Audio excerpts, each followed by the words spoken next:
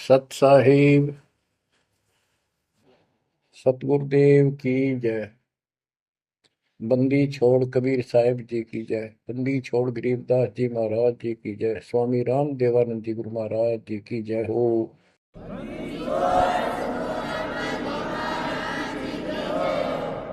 सर्व संतों की जय, सर्व भक्तों की जय, धर्मी पुरुषों की जय। श्री काशी धाम की जय, श्री सुडानी धाम की जय, श्री क्रोथा धाम की जय, श्री बरवाड़ा धाम की जय। सत साहिब गरीब नमो नमो सत पुरुष को, नमस्कार गुरु की नहीं। सुर नर मुनिजन साधुआ, संतों सर्वस दीन। सतगुरु साहिब संत सब, दंडवतम प्रणाम। आगे पीछे मध्य हुए, किनको पूर्व। कबीर सतगुरु के उपदेश का, सुनिया एक विचार। जय सतगुरु मिलते नहीं, जाते नरक द्वार। नरक द्वार में दूत सब, करते खेचातान। उनसे कभू नहीं छूटता,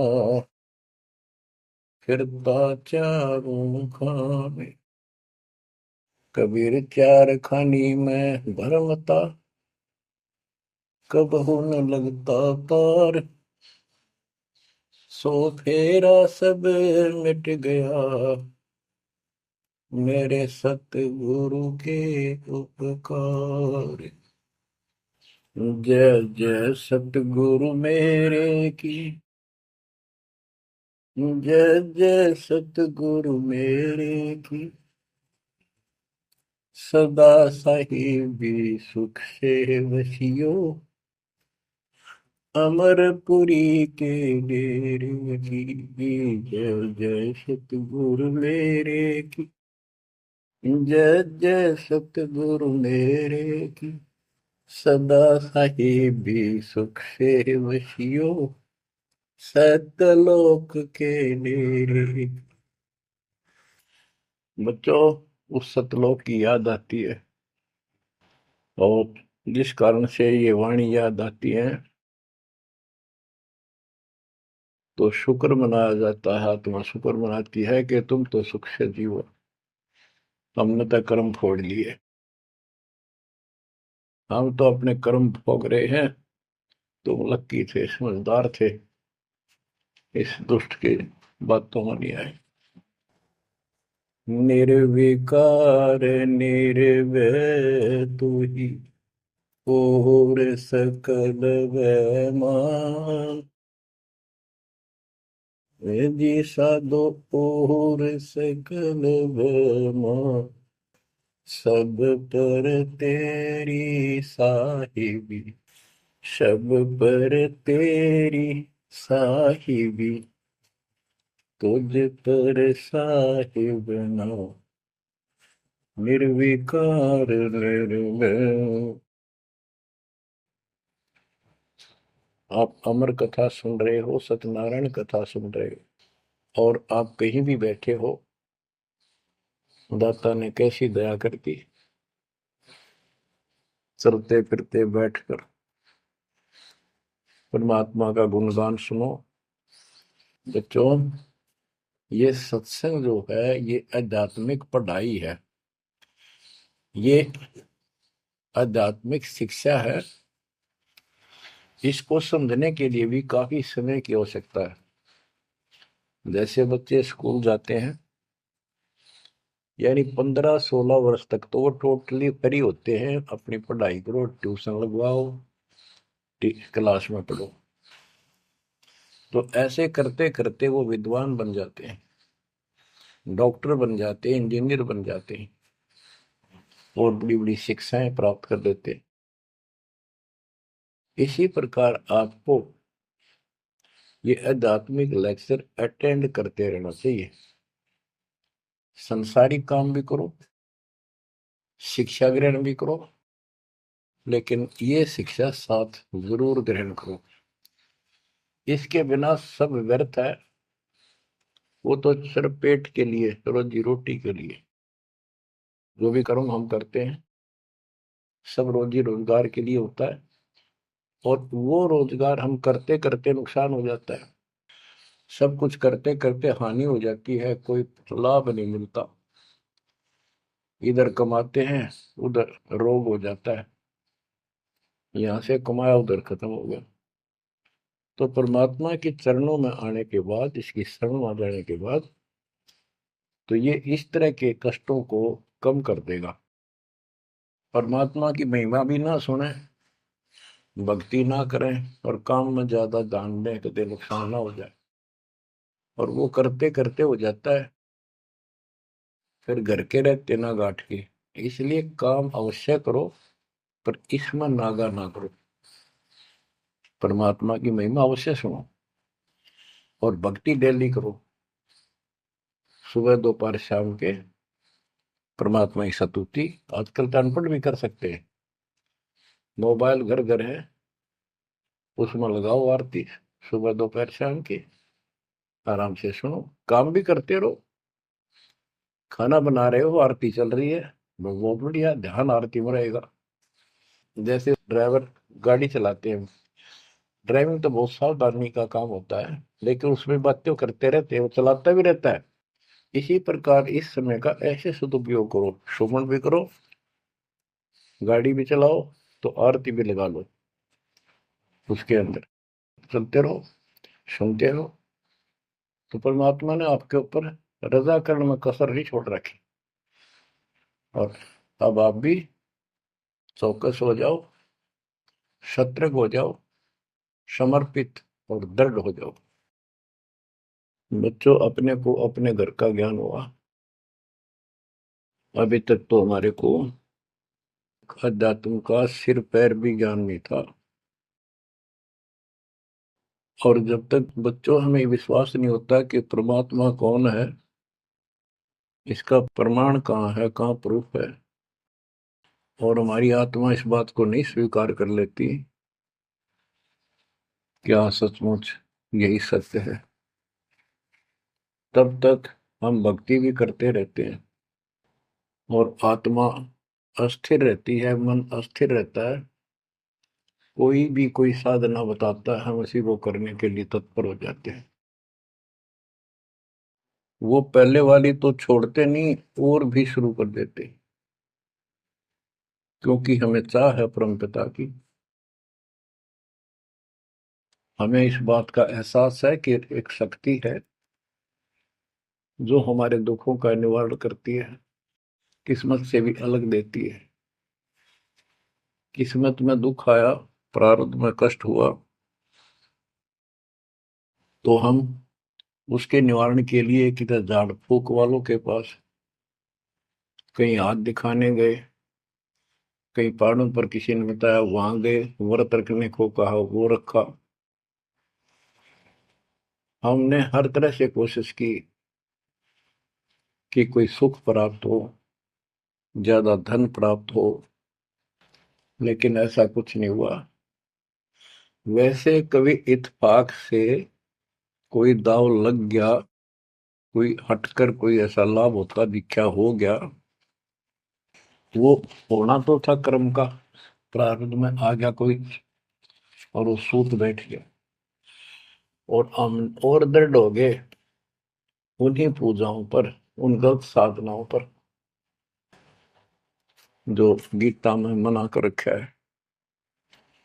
दास अपनी बताता है, ये आपके साथ भी अवश्य हुई है, आपको अब एहसास होगा।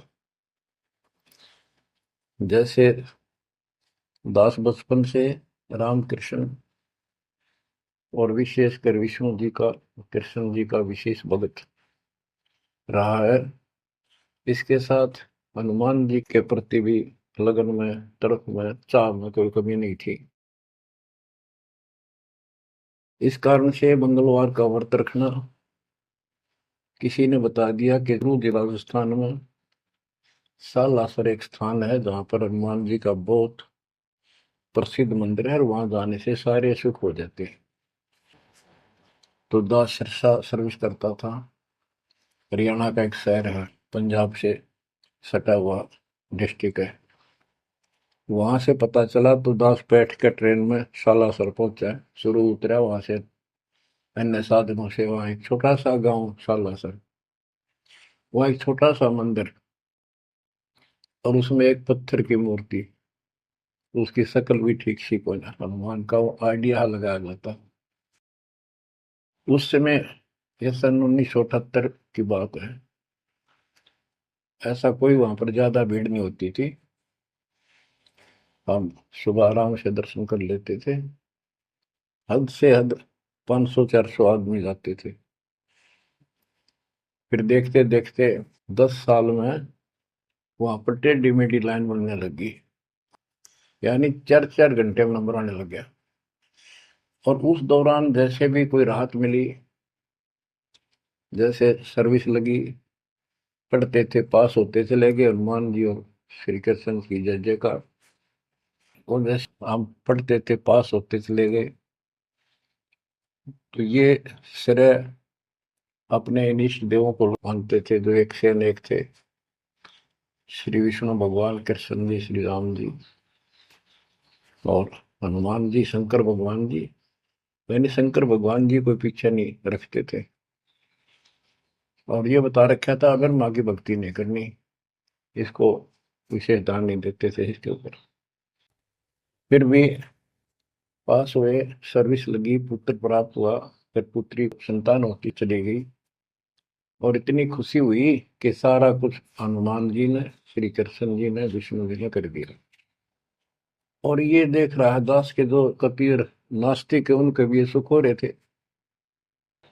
तो बात ये है, अब पता चला कि ये साधना वो सुख देने की थी नहीं जो हम इनके शेयर कर रहे थे, यकीन से होगा, इनको श्रेय दे रहे थे। तो बच्चों, कबीर पीछे लग गया जाऊं था मैं लोक वेद के साथ, मार्ग में सतगुरु मिले, दीपक ले दिया हाथ।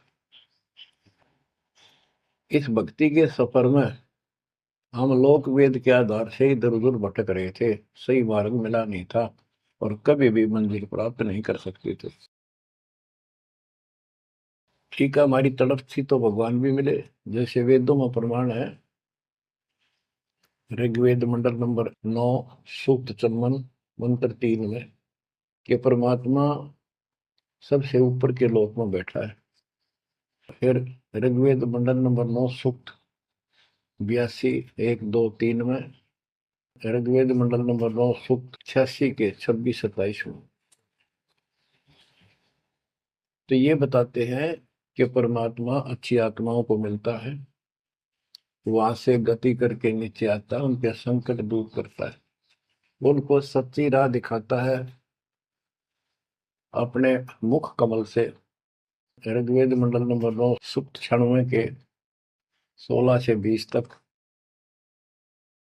ऋग्वेद मंडल नंबर 9, सूक्त 94 का मंत्र 2, 95 का मंत्र नंबर 1,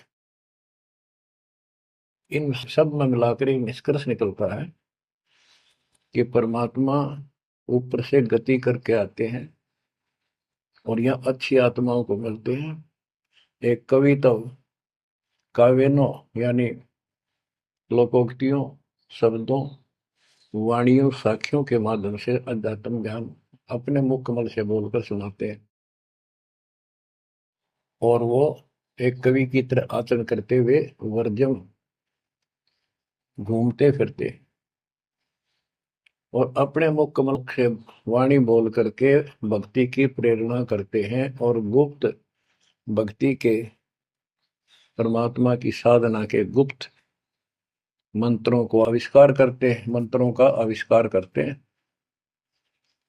जैसे गरीबदास जी ने बताया है, कबीर साहब बताते हैं, गरीब सो हम शब्द हम जग में लाए, सार शब्द हमने गुप्त छिपाए।